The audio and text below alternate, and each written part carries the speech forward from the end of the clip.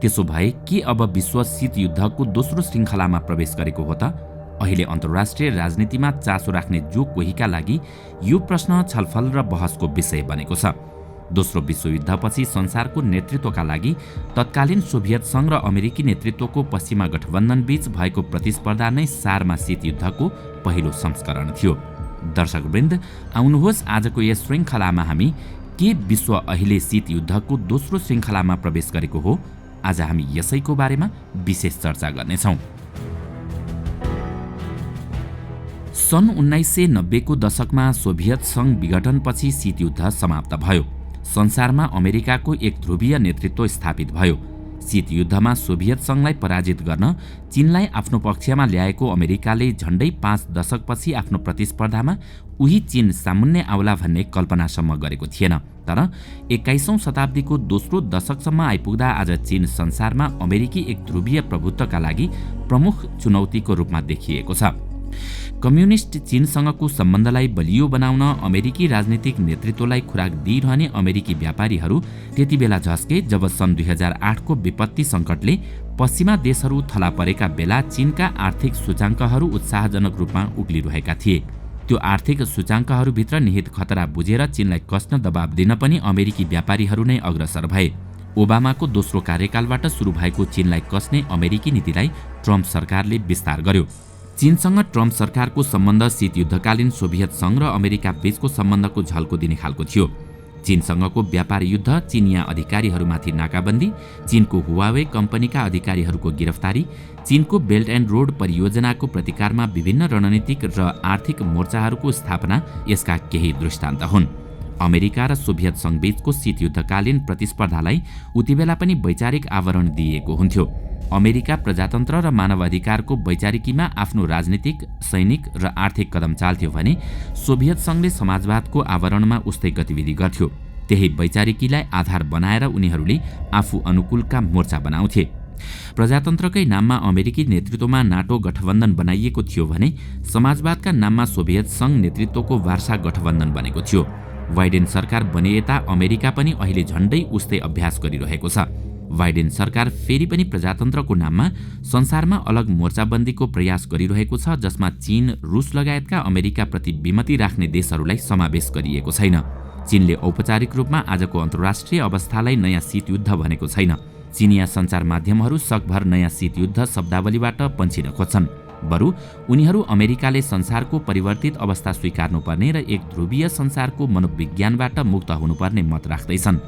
पश्चिमा बौद्धिक र सञ्चार माध्यमहरूले भने यतिबेला शीत युद्धको दोस्रो श्रृङ्खलाको विषयमा स्वाद लिएर चर्चा गरिरहेका देख्छौँ। शीत युद्ध 2.0 यदि सत्य हो भने त्यतिबेलाको मिसाइल क्राइसिसको छनक युक्रेनमा देखिँदैछ। अमेरिकी नेतृत्वको नाटो गठबन्धन कृष्णसारभन्दा पूर्वतिर फैलिन खोजेपछि त्यसको प्रतिरोधको तयारी रुसले गरिरहेको छ। रुसले क्रिमिया फिर्ता लिए पनि रुस र युक्रेनको जेलेन्स्की सरकार सुरक्षाका लागि भन्दै नाटोमा सरिक बन्न खोज्दैछ। अर्को शब्दमा भन्दा नाटो युक्रेन र जर्जिया हुँदै आफ्नो हात पूर्वतिर पनि फैलाउन खोजिरहेको छ। त्यही सम्भावना देखेर रुसले युक्रेनले भोगचलन गर्दै आएको क्रिमिया आफ्नै नियन्त्रणमा फिर्ता लियो। रुस नाटो गठबन्धन कुनै पनि हालतमा पूर्वमा विस्तार भएको हेर्न चाहँदैन। तर पछिल्लो समय चीन र रुस बीचको निकटतालाई लिएर असहज मानेको अमेरिका युक्रेन लगायत सोभियत सङ्घका पूर्व गणराज्यमा आफ्नो सैनिक उपस्थिति बलियो बनाउन खोजिरहेको छ। त्यसका निम्ति पश्चिमा गठबन्धनले रुसमा पुटिनको लगातारको शासनपछि पुरानो विस्तारवादी महत्वाकांक्षा जागृत भएको प्रचार गरिरहेको छ। युक्रेनसँगको सीमावर्ती रुसी भूमिमा रुसले तैनात गरेका सेनालाई पश्चिमाहरूले युक्रेनमाथि हमलाको तयारीको अर्थ लगाएका छन्। रुसी अधिकारीहरूले रुसी सार्वभौमिकता र भू अखण्डता रक्षाका लागि रुस आफ्नो भूमिमा सेना तैनात गर्न स्वतन्त्र भएको स्पष्टीकरण दिइरहेका छन्। जेनेभा, ब्रसेल्स र भियनामा जनवरीको दोस्रो साता भएका वार्ताहरूमा रुसले पश्चिमा देशहरूसँग युक्रेनलाई नाटोको सदस्य नबनाउन र नाटो हालको अवस्थाबाट पूर्व नआउन माग गरेको छ। पश्चिमा देशबाट त्यसको प्रष्ट जवाफ नआउँदासम्म रुसले युक्रेनसँगको सीमावर्ती रुसी भूमिमा तैनात सेना फिर्ता गर्नेबारे कुनै पनि वार्ता नगर्ने घोषणा गरिसकेको छ। तर त्यही बहानामा अमेरिकाले भने युक्रेनमाथि सैनिक र आर्थिक लगानी बढाइरहेको छ। उसले रुसको मागलाई टेरपुच्छर लगाइरहेको छैन। बलिरहेको आगोमा घिउ थप्न जनवरी 19 मा अमेरिकी विदेश सचिव एन्टोनी ब्लिन्कन युक्रेन पुगे र जेलेन्स्की सरकारलाई थप सहायताको बाचा गरे। अमेरिकी नेतृत्वको पश्चिमा गठबन्धन चीनलाई कस्ने धुनमा आफ्नो युरोपेली गठबन्धन सदस्यहरूको दैलोमा रहेको रुसलाई पनि नियन्त्रण गर्न खोजिरहेको छ। उसले चीनलाई कस्ने धुनमा युरोपबाट नजिक रहेको पुरानो बैरी रुसलाई फेरि पनि शक्तिशाली बनाउन चाहेको छैन।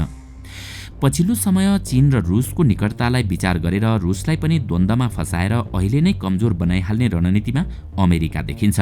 युरोपेली देशहरूमध्ये बेलायत युक्रेनलाई हतियार दिएर यो द्वन्द्व थप उछाल्ने पक्षमा उभिएको छ। तर जर्मनी र फ्रान्स लगायत केही युरोपेली देशहरू भने रुससँग द्वन्द्व चर्काइहाल्ने मनस्थितिमा देखिन्नन्। रुसबाट युरोपमा प्राकृतिक ग्यास लिने नोर्ड स्ट्रिम लाइन परियोजना बिथोलिने भएले पनि युरोपेली देशहरू अहिलेको अवस्थामा खुलेरै आलोचना गर्न सकिरहेका छैनन्। रुस अमेरिका बीचको युक्रेनमा पछिल्लो तनावबारे सर्बियाका पत्रकार निकोला मिकोभिच सिटिजेनमा लेख्छन्, अमेरिका र रुसी महासंघ बीचको सम्बन्धमा थप तनाव बढ्ने अपेक्षा गरिएको छ।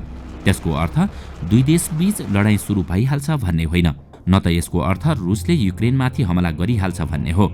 महिनौदेखि पश्चिमा देशहरूले यस्तै हल्ला गर्दै आएका छन्।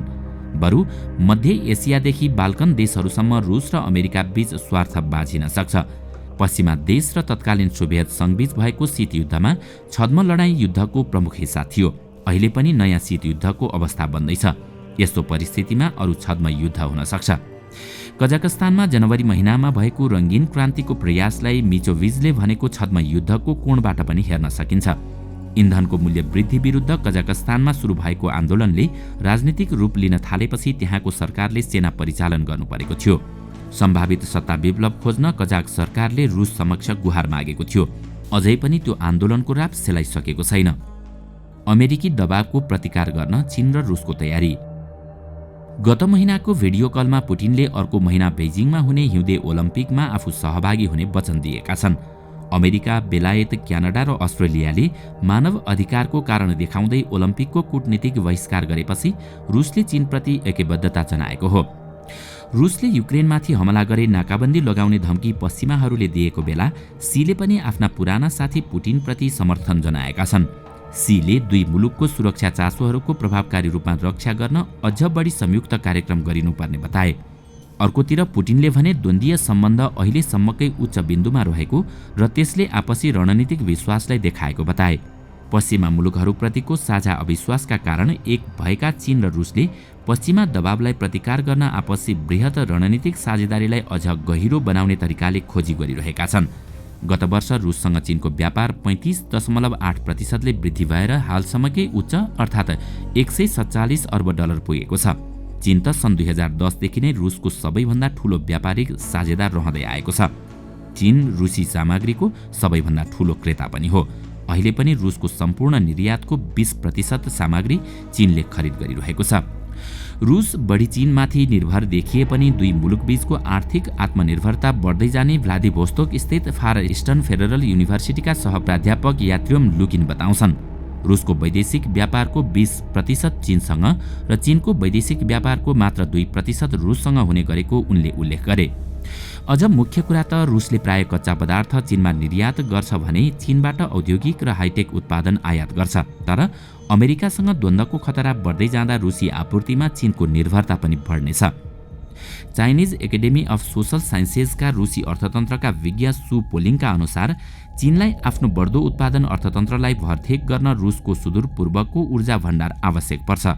अर्कोतिर रुसको इन्धन निर्यातका लागि चीन गतिलो बजार हो। यसरी रुस र चीन बीचको व्यापारको साझेदारी एक अर्काप्रतिको रणनीतिक सहयोग पनि हो, जसले उनीहरूबीच रणनीतिक विश्वास पनि बढाएको छ। आर्थिक निर्भरतालाई चीनले आफू विरुद्धको हतियार बनाउने छैन भन्ने विश्वास रुसलाई छ। शीत युद्धको सुरुवातदेखि नै बेइजिङ र मस्को बीचको सहकार्यमा भू राजनीतिको भूमिका रहँदै आएको छ। सन् 1949 मा जनवादी गणतन्त्र चीन स्थापना हुँदा सोभियत संघ उसको आर्थिक उद्धारक थियो। हजारौं रुसी विज्ञ र प्राविधिकहरूले पूरै चीनमा उद्योग स्थापना गर्न सघाए। रुसले अर्बौं ऋण दियो। ती ऋण चीनले खनिज, कच्चा फलाम, टिन, ऊन, बङ्गुरको मासु र चामल निर्यात गरेर तिर्यो। सन् 1960 मा भएको वैचारिक मतभेदका कारण चीन र रुसबीच दशकौंसम्म सम्बन्धमा गडबडी पैदा भयो। तर सन् 1980 को दशकमा पुगेर भने यी दुई देश बीचको सम्बन्धमा सुधार हुन पुग्यो। 1990 मा दुई मुलुकको व्यापार $4.38 अर्ब पुगेको थियो। सोभियत संघ पतन हुनु एक वर्ष अघि सो मुलुक चीनको 5औं ठूलो व्यापारिक साझेदार थियो। सोभियतभन्दा ठूला व्यापारिक साझेदार हङकङ, मकाउ, जापान, अमेरिका र पश्चिम जर्मनी थिए। त्यसपछिका वर्षहरूमा चीन र रुस दुवैले बजार सुधारका कार्यक्रम लागू गर्दै गए, तर त्यसबेला आर्थिक आधुनिकीकरणमा रुसले रुचाएका साझेदार युरोप थियो। अर्कोतिर चीन भने अमेरिका, जापान र युरोपबाट आउने ठूला लगानीतिर आकर्षित भएको थियो। अहिलेको बदलिदो परिवेशमा अब यी दुई देश एक अर्कामा पूरक जस्तै हुन पुगेका छन्। सन् 2019 मा रुसको 3000 किलोमिटर लामो पावर अफ साइबेरिया नामक पाइपलाइनबाट चीनमा ग्यास आपूर्ति हुन थाल्यो।